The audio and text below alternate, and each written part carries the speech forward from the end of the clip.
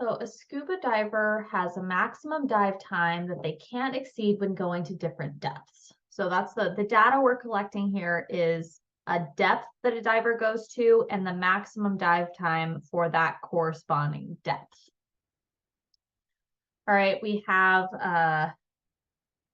the data in the table below shows the different depths with the maximum dive times in minutes. All right, it doesn't say it here, but we really should add that this is in minutes. All right, here it does say in feet, so that's good. Units are important. We're dealing with an actual problem here that has units assigned. So when we wrap up our answers later on, we should also express these units in our answers. And I will be looking for that if I ask something like this on an assessment. All right, use your calculator to find the least squares regression line and predict the maximum dive time for 110 feet. Also predict the depth they could get, the depth they could dive if they had a maximum dive time of 70 minutes. So we're going to do both directions here, two parts once we actually calculate that linear regression equation. Okay, before I do this, since we just came out of talking about the correlation coefficient R, I want to take a moment to look at this graph. Okay, this is the graph that you're going to see when you go to put this into your calculator. But I want you to note or look and predict what R is going to be. Take a guess at the correlation coefficient. So R is definitely going to be a negative value because from left to right, we're going downhill. So that correlation coefficient is negative. We are negatively correlated here.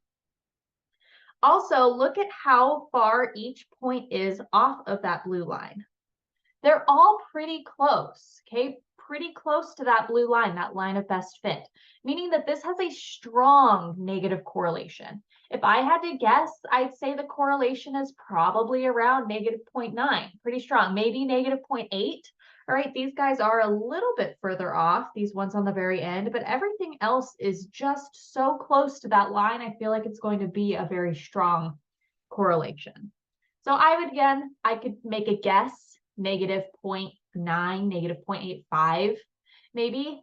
And that's an important thing to be able to kind of guess. You're going to have some multiple choices on your homework where you see those and you have to pick an R value just based on a picture. You should be able to kind of make that guesstimate by looking at it. All right, let's go. Oops. I had to make some edits to my notes there in between videos. So we got back out of our LibreText statistics calculators. All right, we go back down to that regression analysis. We're going to put in all of the X's. Again, make sure you're very careful with the order. Here we're going 50, 60, 70, 80, 90, 100. Those are easy. 50, 60, 70, 80, 90, and 100. The dive times are 80 minutes, 55, 45, 35, 25, and 22. 80, 55, 45, 35, 25, and 22. Okay, I click plot points, and that immediately plots them, as well as gives us the regression equation, R and R squared. Now, your R squared is going to be in your homework. I just want to kind of say that, throw that out there. I'll talk about it a little more. And the stuff below is what we're going to talk about on the next page. We're going to actually run a hypothesis test, talk about what that new variable is that looks like a P. We'll get to that in just a moment, okay? Our regression equation and R are what we're focused on right now. So let's copy that regression equation over. Take a note here that you see this y equals 127.2381 plus minus 1.1143x. In the calculator, it calculates the A value and the B value like separately, and then it puts them into this equation. So it doesn't recognize that a plus times a minus is really a minus. So when we write this to make our lives more simple, we want to write it as a minus. I will write it both ways right now so that you can see what I mean by that. We had our 127.2381 plus a minus 1.1143x. All right, this plus minus is plus a negative 1.1143, and that is the same exact thing as 127.2381 minus 1.1143x. Those are the same, so we just write it this way. We don't write the plus minus because it just looks weird and it's a little confusing when you go to actually plug things in. So if you see that situation, just write it as a minus when you go to put it in your homework or whatever, write it as a minus. Okay, don't write the plus minus situation. And that R, I didn't mention it when we saw it, but it was indeed negative. We knew it was going to be, and it was negative 0.9629. So it was even better than I had originally thought. This is very, very close to -1, negative 0.96, 0.963. All right, very strong negative correlation here. Okay, we have our regression equation, our line of best fit. We have our correlation coefficient. We see that it is a strong correlation, which means our guesses, our predictions are a pretty good estimate. So we're going to do those two predictions that they asked us for. We're going to predict the maximum dive time for 110 feet. Predict max dive time for 110 feet. It's very important that you note what is X and what is Y before you go to make these predictions, before you plug them in. All right, the max dive time is our Y. So we're looking for Y. That's what we're predicting. For 110 feet, that's our X. That's what we're given.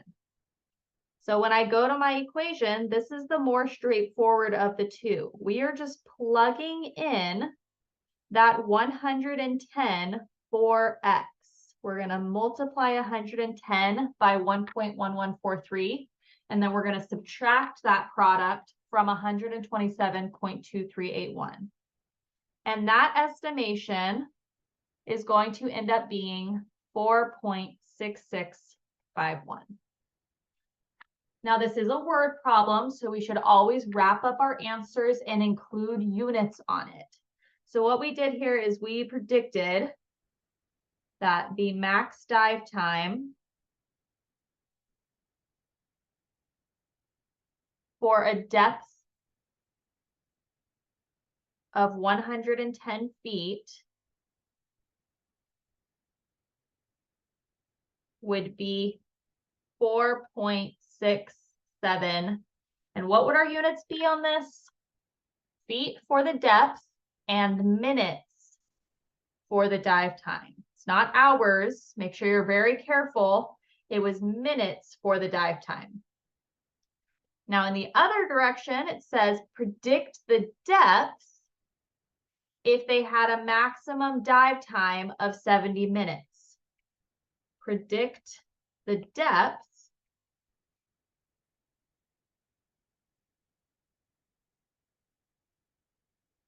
if they had a max dive time of 70 minutes.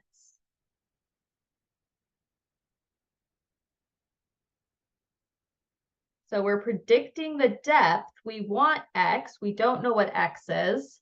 If they have a max dive time of Y. Okay, this is the other direction. We're going to take that same equation, but we're plugging something in for Y this time. 70 is equal to 127.2381 minus 1.1143x. We're solving for X this time. It's not just a plug in and simplify this time. We have to move values around to get X entirely alone. Oops, I missed my one. That's a very important piece there. All right, so we are solving for X. Ask yourselves, to get X alone, this is our equal sign over here. Make sure you're always keeping track of where that is in your equation. We need to move all of the terms to the other side in their opposite operations. This 127 is positive. It's being added to this negative 1.1143x. So I need to subtract 127.2381 from both sides. 70 minus 127.2381. That is equal to negative 57.2381. All right, that's now moved to the left side of the equals. What's left over on the right side is this negative 1.1143 times x. Okay, they are next to each other, no plus in between them. Those are multiplied. The opposite of multiplication is division. So I need to divide. Horizontal line for division, divide negative 1.1143 from both sides. All right, I'm not dividing 57.2381 from both sides because I'm trying to get x alone. This is the piece I'm trying to isolate. So I needed to move this number to the other side. And to do that, we divide both sides by it. So after this division, I am left with x is equal to positive. A negative divided by a negative becomes a positive. 51.3669. And that is rounded. I think it was 3668 something that was greater than a 5. So we rounded that value up. All right, always make sure you write a little summary. So if the max dive time was 70 minutes, the diver could go to a depth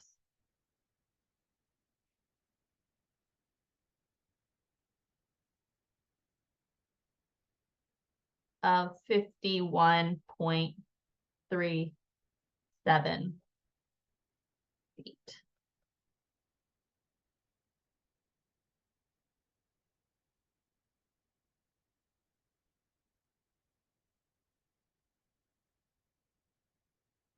Right, I definitely could ask something like that. So if you're having trouble with this, please see me in office hours. Please send me an email. I can maybe create some extra problems for you. But it really is, do you know where to plug X and Y? And that's just dependent. You can always look back at the data where the line came from. What X is, what Y is, that's where you plug each of those pieces into that linear regression equation. The process for solving for X when you're given Y is always the same 2 steps. You either add or subtract that A value, and then you divide by the B value. Okay, it's always going to be those 2 steps. So it really is a systematic thing, but you should know the steps to not memorize it in that way, but actually be able to look at it and say, okay, if I want X alone, what do I need to do to get X alone?